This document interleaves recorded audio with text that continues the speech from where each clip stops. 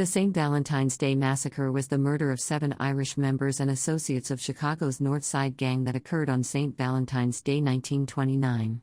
The men were gathered at a Lincoln Park, Chicago garage on the morning of February 14, 1929. They were lined up against a wall and shot by 4 unknown assailants, 2 dressed as police officers.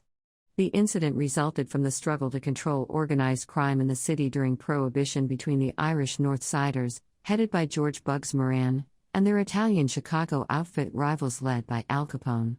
The perpetrators have never been conclusively identified, but former members of the Egan's Rats gang working for Capone are suspected of a role, as are members of the Chicago Police Department who allegedly wanted revenge for the killing of a police officer's son.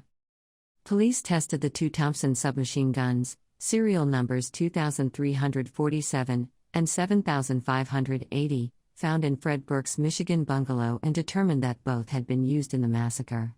One of them had also been used in the murder of Brooklyn mob boss Frankie Yale, which confirmed the New York Police Department's long-held theory that Burke had been responsible for Yale's death.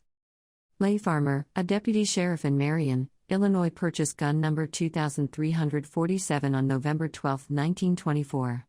Marion and the surrounding area were overrun by the warring bootleg factions of the Shelton Brothers gang and Charlie Burier.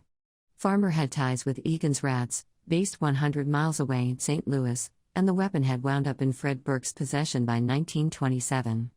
It is possible that he used this same gun in Detroit's Miraflores massacre on March 28, 1927. Chicago sporting goods owner Peter von Francius sold gun number 7580 to a Victor Thompson, also known as Frank V. Thompson, but it wound up with James Bozo Shoop, a small-time hood from Chicago's West Side who had ties to various members of Capone's outfit.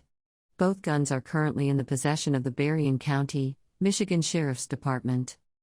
The garage at 2122 North Clark Street was demolished in 1967, and the site is now a parking lot for a nursing home. The bricks of the north wall against which the victims were shot were purchased by a Canadian businessman.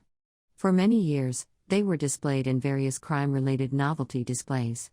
Many of them were later sold individually, and the remainder are now owned by the Mob Museum in Las Vegas.